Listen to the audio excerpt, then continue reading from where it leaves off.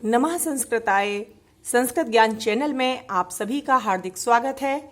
मैं राधा चतुर्वेदी आज आपको कक्षा 8 रुचिरा पुस्तक के भाग 3 का चतुर्थ पाठ सदैव पुरतो निदेहि चरणम जो हमने पिछले वीडियो में पढ़ा था और उसके अर्थ को समझा था, आज उसी का अभ्यास कार्य कराने जा रही हूँ। तो आइए शुरू करते हैं अभ्यास कार्य। प्रश्न नंबर 1 हमारा लिखा हुआ है, पाठे दत्तम गीतम सस्वरम गायत। पाठ में दिए हुए गीत को सस्वर गाइए। तो ये कार्य हम अपना कर चुके हैं, पिछले वीडियो में तो गा चुके हैं, तो ये हमें गाना नहीं है और आप लोग उसको सुन करके पिछले वीडियो को इसका अभ्यास अवश्य करते रहिएगा। प्रश्न नंबर 2 हमारा लिखा हुआ है, अधोलिखितानाम प्रश्नानाम उत्तराणि एक पदेन लिखत। नीचे लिखे हुए प्रश्नों के उत्तर एक पद में लिखिए। आइए देखते हैं क्या प्रश्न है हमारा। प्रश्न नंबर 1 है, क स्वकीयम बलम स्वकीयम साधनम किम भवति। स्वकीयम माने हमारा अपना साधन क्या होता है। जब हम ऊंचे पर्वतों पर अपने घर पर पहुंचते हैं, वहां कोई साधन न होता है, तो उस समय हमारा साधन कौन सा होता है? बलम। बलम माने शक्ति, यानी हमारी अपनी मन की शक्ति, अपने अंदर की शक्ति ही हमें उस कठिन रास्ते पर चलने के लिए प्रेरित करती है। प्रश्न नंबर 2 देखते हैं, पथि के विषमः प्रखरः। पथि माने रास्ते में, सप्तमी विभक्ति का एक वचन है ये पथि। रास्ते में कौन सी ऐसी चीजें हैं जो असामान्य हैं और नुकीली हैं? तो इसका उत्तर है पाषाणः। पाषाणः माने पत्थर। प्रश्न नंबर 3 देखते हैं, ग सततम किम करणीयम। हमें लगातार क्या करना चाहिए? इसका उत्तर आएगा ध्येय स्मरणम, यानी हमारा जो अपना लक्ष्य है, उद्देश्य है, उसको हमें निरंतर स्मरण करना चाहिए। घ नंबर का प्रश्न है, एतस्य गीतस्य रचयिता कः। इस गीत के रचयिता कौन है? तो ये हमने पढ़ा था, श्रीधर भास्कर वर्णेकर जी जो हैं वो इस गीत के रचयिता हैं। और अंगा प्रश्न है, सह कीदृशः कवि मन्यते। वह कैसे कवि माने जाते हैं? तो वह राष्ट्रवादी कवि माने जाते हैं, क्योंकि उन्होंने अपनी रचनाओं में जो बात की है वो किसकी की है? राष्ट्र प्रेम की, है ना। अब अगला प्रश्न नंबर देखते हैं, क्या लिखा है, मंजूषातः क्रियापदानि चित्वा रिक्त स्थानानि पूरयत। यानी ये देखिए, ये बॉक्स दिया गया है हमारा यहाँ पर। इस बॉक्स से हमें क्या करना है, जो हमारे आगे रिक्त स्थान दिए गए हैं उनको पूरा करना है। ये शब्द है निदेहि, विदेहि, जहिहि, देहि, भज, चल और कुरु। ठीक है, तो देखिए एक इन्होंने उदाहरण दिया है, यथा जैसे त्वम पुरतः चरणम निदेहि, यानी कि तुम सामने की ओर कदम रखो। का नंबर पे दिया गया है त्वम विद्यालयम, तो इसमें हम क्या भर देंगे, जो यहाँ लिखा था चल, यानी तुम विद्यालय चलो। तो चल हमारा इस वाले में आ गया क नंबर में। फिर ख नंबर है, राष्ट्रीय अनुरक्तिम डैश दिया था, तो यहाँ विदेही, विदेही माने रखो। ये जो विदेही लिखा था वो इस वाले बॉक्स में आ गया कि हमें अपने देश के प्रति प्रेम रखना चाहिए, रखो। ग नंबर का प्रश्न है, मह्यम जलम देही, यानी मुझे जल दो। मह्यम जो शब्द है वो हमारे अस्मद का है। अस्मद के रूप भी आपके पाठ्यक्रम में है और मैंने आपको पिछले वीडियो में पढ़ाए भी हैं अस्मद के शब्द रूप, एक बार आप देख लीजिएगा। तो चतुर्थी विभक्ति के एक वचन का ये हमारा रूप है मह्यम, मुझे जल दो। ये जो देही लिखा है दो, मह्यम जलम देही, मुझे पानी दो, मुझे जल दो। घ नंबर का है, मूढ़, मूढ़ माने मूर्ख, यानी संबोधन करे मूर्ख। जही ही धनागम तृष्णाम, जही जो यहाँ दिया गया था, जही माने छोड़ दो। क्या छोड़ दो?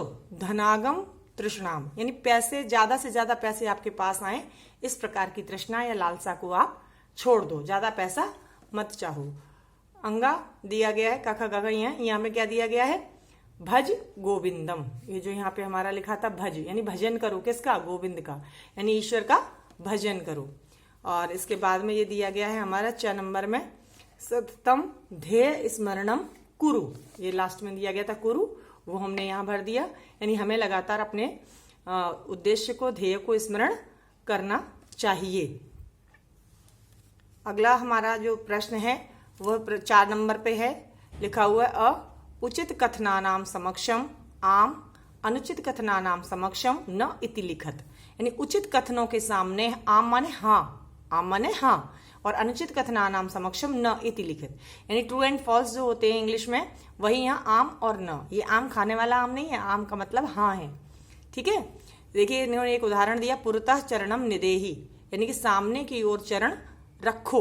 तो ये बात सही है, तो क्या लिख दिया इसके आगे? आम।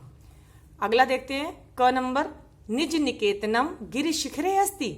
यानी कि निज माने हमारा अपना, निकेतन माने घर, हमारा अपना जो घर है वो गिरि शिखरे अस्ति यानी पर्वत शिखर पर है। सही बात है, अभी बताया गया था कि हमारा जो घर है वो ऊंचे पर्वत के ऊपर शिखर पर स्थित है। तो ये क्या हो जाएगा? आम। इसके आगे आम लिख लीजिएगा। ख नंबर है स्वकीयम बलम बाधकम भवति। अब देखो हमने क्या पढ़ा था? बलम स्वकीयम भवति साधनम, है ना। तो यहाँ तो बाधक लिखा है, तो बाधक नहीं है, तो हम यहाँ पे ये क्या कर देंगे? इस वाले कथन को ना कर देंगे। ये नहीं है, गलत है। स्वकीयम बल, हमारा बल बाधक थोड़ी ना होता है, साधक होता है। ठीक है। अगला नंबर देखते हैं ग, हिंस्रः पथि हिंस्रः पशुः न सन्ति। पथि माने रास्ते में, हिंस्रः माने हिंसक, पशुः माने पशु, न सन्ति नहीं है। अभी तो पढ़ा था, पथि पाषाणः विस्माक प्रकरा हिंसा पशुः परतो घोरा। यानी कि चारों ओर हमारे हिंसक पशु थे। तो ये कह रहे हैं कि रास्ते में हिंसा पशु न सन्ति, रास्ते में हमें हिंसक पशु नहीं मिले थे, मिले थे। तो ये वाला कथन भी हमारा न हो जाएगा, गलत हो जाएगा, क्योंकि रास्ते में तो हमें हिंसक पशु मिले थे, है ना। अगला है घ नंबर, गमनम सुकरम भवति। यानी कि जो ऊंचे नीचे रास्ते थे, नुकीले पत्थर जिन रास्तों पे थे, उबड़ खाबड़ रास्ते थे, वहां पे गमन करना, जाना, सुकरम भवति यानी आसान था, सरल था। नहीं, क्या पढ़ा था? सुदुष्करम खलु यद्यपि गमनम, पढ़ा था ना पाठ में, वो बहुत कठिन है। तो यहाँ पे क्या हो जाएगा? ये वाला भी कथन जो है हमारा असत्य है, तो यहाँ पे हम ना लिख देंगे। अगला है हमारा अंग नंबर का प्रश्न, सदैव अग्रे एव चलनीयम। हमेशा आगे की ओर ही चलना चाहिए। इसका उत्तर हो जाएगा आम। हमारा प्रश्न नंबर अगला देखते हैं। आ क्या लिखा हुआ है? वाक्य रचनया अर्थभेदम स्पष्टीकुरुत। यानी वाक्य रचना जो है वो अर्थभेद के साथ स्पष्ट करिए। यानी अर्थ के साथ साथ हमें वाक्य बनाने हैं संस्कृत में। देखिए ये शब्द दिए गए हैं हमारे, परितः, पुरतः, नगः, नागः, आरोहणम, अवरोहणम, विषमः, समः, ये दिए गए हैं। तो इनके हमें क्या करने हैं? इनके हमें वाक्य बनाने हैं संस्कृत में। तो वाक्य बनाने वाला कार्य था हमारा, हमने उसको लिख लिया यहाँ पे। देखिए प्रश्न नंबर 4 वही आ गया, वाक्य रचना अर्थभेद के साथ करनी है स्पष्टीकरण देते हुए। पहला शब्द लिखा हुआ था परितः। परितः शब्द का अर्थ होता है चारों ओर। तो इसका वाक्य क्या बनाएंगे? ग्रामम परितः वृक्षः सन्ति। गांव के चारों ओर वृक्ष हैं। ये हमारा वाक्य बन गया सार्थक। दूसरा दिया गया था शब्द पुरतः। पुरतः शब्द का अर्थ होता है आगे। सदैव पुरतो चरणम निदेहि, यानी हमेशा ही आगे की ओर कदम रखो। ये हमारा दूसरा वाक्य बन गया। अगला वाक्य देखते हैं नगः। नगः का मतलब होता है पर्वत। तो हिमालयः प्रसिद्धः नगः अस्ति, यानी हिमालय जो है एक सुप्रसिद्ध फेमस पर्वत है, सभी जानते हैं हिमालय पर्वत को। अगला दिया था उससे मिलता जुलता नागः। नागः शब्द का अर्थ क्या है? सर्प। शेष नागः सर्वोच्चः भवति, यानी नागों में जो शेषनाग होता है वो सबसे ऊंचा होता है, यानी सबसे बड़ा माना जाता है। अगला शब्द था हमारा आरोहणम। आरोहणम शब्द का अर्थ होता है चढ़ाई, यानी पर्वतस्य आरोहणम सुखदः भवति, यानी पर्वत पर चढ़ना सुखद होता है, बहुत अच्छा लगता है पर्वत पर चढ़ना। हम कठिनाइयों के रास्ते पर जा रहे होते हैं तो हमें कुछ लगता है, एक्साइटमेंट होता है, चढ़ के देखेंगे कितना मजा आएगा, ऊपर से बाद में नीचे देखने में भी अच्छा लगेगा, है ना। अगला हमारा शब्द दिया गया तो उससे मिलता जुलता अवरोहणम। अवरोहणम का मतलब होता है उतराई, उतरना। पर्वतस्य अवरोहणम रोमांचकम भवति, यानी पर्वत से उतरना, अलग होना जो है वो क्या होता है? रोमांचक होता है। पर्वत से उतरना रोमांचक होता है। अगला शब्द दिया गया था विषमः। विषमः शब्द का अर्थ क्या था? असमान, यानी जो समान नहीं है, ऊंचा नीचा ऊबड़ खाबड़ रास्ता होता है ना। तो पर्वतस्य मार्गः विषमा एव भवन्ति, यानी पर्वत के जो रास्ते होते हैं वो असमान ही होते हैं, यानी ऊबड़ खाबड़ ही होते हैं। इसके बाद हमारा था अगला समः। समः का शब्द का अर्थ था समान, यानी राजपुत्रः नृपेण समः सन्ति, यानी राजपुत्र जो हैं वो जो नृपेण समः यानी राजा के समान ही होते हैं। राजपुत्रों को भी राजा ही माना जाता है, उनके समान ही होते हैं। मंजूषात अव्यय पदानि चित्वा रिक्त स्थानानि पूरयत, यानी मंजूषा से रिक्त जो स्थान है उनके अव्यय पदों को छाट करके हमें लिखना है। एक शब्द दिया गया एव, दूसरा है खलु, तीसरा तथा, चौथा परितः, पांचवा पुरतः, छठवां सदा और सातवां विना। ये शब्द दिए गए हैं। देखिए, विद्यालयस्य पुरतः एकम उद्यानम अस्ति, तो हमने यहाँ पे ले लिया पुरतः यानी विद्यालय के सामने एक बगीचा है। ख नंबर पे सत्यम, यहाँ से ले लिया एव, जयते यानी सत्य ही जीतता है, सत्य की ही जीत होती है। ग नंबर पे लिखा है किम भवान स्नानम कृतवान खलु, खलु माने निश्चय ही, यानी क्या आपने स्नान किया है, निश्चय ही क्या आपने स्नान किया है। प्रश्नवाचक चिन्ह है यहाँ पे, क्योंकि सबसे पहले किम लगा हुआ है इसलिए। घ नंबर पे लिखा है सह यथा चिंतयति तथा आचरति। ये जो अव्यय शब्द होते हैं यथा और तथा, ये एक साथ ही प्रयुक्त होते हैं, यानी कि वह जैसा सोचता है वैसा ही आचरण करता है। इसके बाद अंग नंबर पे दिया गया है कख गगैया, यहाँ पे ग्रामम परितः वृक्षः सन्ति, यानी गांव के चारों ओर वृक्ष हैं। जहां पे परितः शब्द का प्रयोग होता है वहां हमेशा द्वितीय विभक्ति लगती है, इसलिए ग्रामम में द्वितीय विभक्ति लगती है। ठीक है। 4 नंबर पे लिखा है विद्याम बिना जीवनम वृथा। बिना के योग में बच्चों हमेशा तृतीया, द्वितीया और पंचमी तीनों ही विभक्तियां लगती हैं, तो यहाँ विद्याम में द्वितीय लगाई गई। विद्या के बिना जीवन जो है वो व्यर्थ है, बिल्कुल सही बात कही गई है। हमें लगातार पढ़ते रहना चाहिए, है ना, अपने जीवन को बर्बाद नहीं करना चाहिए। अगला है 6 नंबर सदा भगवंतम भज। इसमें क्या हो जाएगा, हमेशा भगवान को भजो, हमेशा भगवान की पूजा करो। फिर हमारा प्रश्न नंबर 6 है, क्या लिखा हुआ है विलोम पदानी योजियत, यानी विलोम जो शब्द दिए गए हैं उनको मिलाना है। देखेंगे क्या दिया गया है। विलोम शब्द देखिए यहाँ पे दिए गए हैं पुरतः, स्वकीयम, भीति, अनुरक्तिम और गमनम, ये हमारे दिए गए हैं 1 2 3 4 5। पुरतः शब्द का क्या अर्थ था, सामने, है ना, तो इसका हमारा विलोम क्या हो जाएगा, पृष्ठता। पृष्ठता माने पीछे, इसको इससे मैच कर देंगे। नंबर 1 हमने यहाँ लिख दिया है, आप लोग मैच करेंगे तो सामने ही लिखेंगे। दूसरा शब्द था स्वकीयम, स्वकीयम माने अपना, तो इसका विलोम क्या हो जाएगा, परकीयम। परकीयम माने दूसरे का। अगला है हमारा भीति, भीति माने होता है डर, तो इसका क्या हो जाएगा, साहसः यानी साहस। उसके बाद हमारा अगला है अनुरक्ति, अनुरक्ति मतलब प्रेम, तो अनुरक्ति का क्या हो जाएगा, विरक्ति, यानी कि प्रेम ना हो करके हमें प्रेम से नफरत हो जाए, घृणा हो जाए, विरक्ति हो जाए। ठीक है, तो उसका विरक्ति से मेल कर देंगे। फिर है गमनम, गमनम का मतलब जाना, तो जाने का विलोम शब्द क्या हो जाएगा, आगमनम, आना, है ना। इसके बाद हमारा प्रश्न नंबर 7 है अ लट लकार पदेभ्यः लोट विधिलिंग लकार पदानाम निर्माणम कुरुत, यानी कि लट लकार के शब्द दिए गए हैं और उसी की तरह उसी धातु के हमें लोट लकार और विधिलिंग लकार के जो पद हैं उनका निर्माण करना है। देखो एक उन्होंने उदाहरण दे दिया गया पठती, पठती जो हमारा लट लकार में बनता है वर्तमान काल में।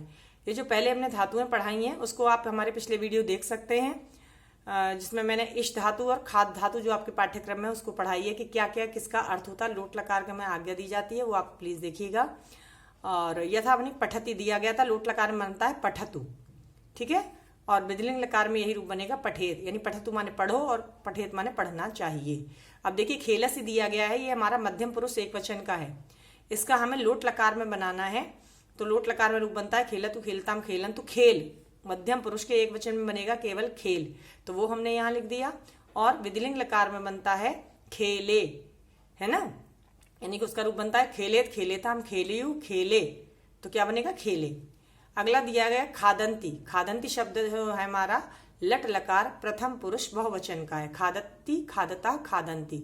अब हमें इसी का बनाना है लोट लकार में। लोट लकार में हमारे शब्द रूप धातु रूप बनते हैं खादतु खादताम खादंतु, तो हमने यहाँ लिखा खादंतु। और विधिलिंग लकार में बनता है खादेत खादेताम खादेयुः, तो ये हमारा प्रथम पुरुष का बहुवचन बन गया खादेयुः। अगला दिया गया पिवामी, पिवामी जो है वो उत्तम पुरुष का एक वचन है, तो उत्तम पुरुष का एक वचन जब हम लोट लकार में बनाएंगे तो उसके रूप बनते हैं पिबत पिबता पिवानी पिवाव पिवाम, तो हमें एक वचन का ही लेना है, तो हमने लिया पिवानी। और जो विधिलिंग लकार है जो चाहिए के अर्थ में प्रयुक्त होती है उसका क्या बन जाएगा पिबेयम, यानी पीना चाहिए। अगला शब्द दिया गया हसतः, हसतः जो है हमारा प्रथम पुरुष का द्विवचन है, ठीक है, और हमें इसका लोट लकार में बनाना है, उसका रूप बनता है हसतु हसताम, तो यहाँ हसता था, हमने यहाँ क्या किया, हस्ताम। और विधिलिंग लकार में क्या बनेगा, हसेताम। और अंतिम है हमारा इसका नयामः, यानी नयामि, नयावा, नयामः, यानी कि उत्तम पुरुष का बहुवचन यहाँ दिया गया है। और उत्तम पुरुष का बहुवचन लोट लकार में क्या बनेगा, नयाम, कोई विसर्ग नहीं है। और विधिलिंग लकार में बनेगा उत्तम पुरुष का बहुवचन नयेम। नयेम माने ले जाना चाहिए। ठीक है, तो ये हमारा लकारों के अनुसार हमने इसका निर्माण करके बना दिए इन शब्दों को।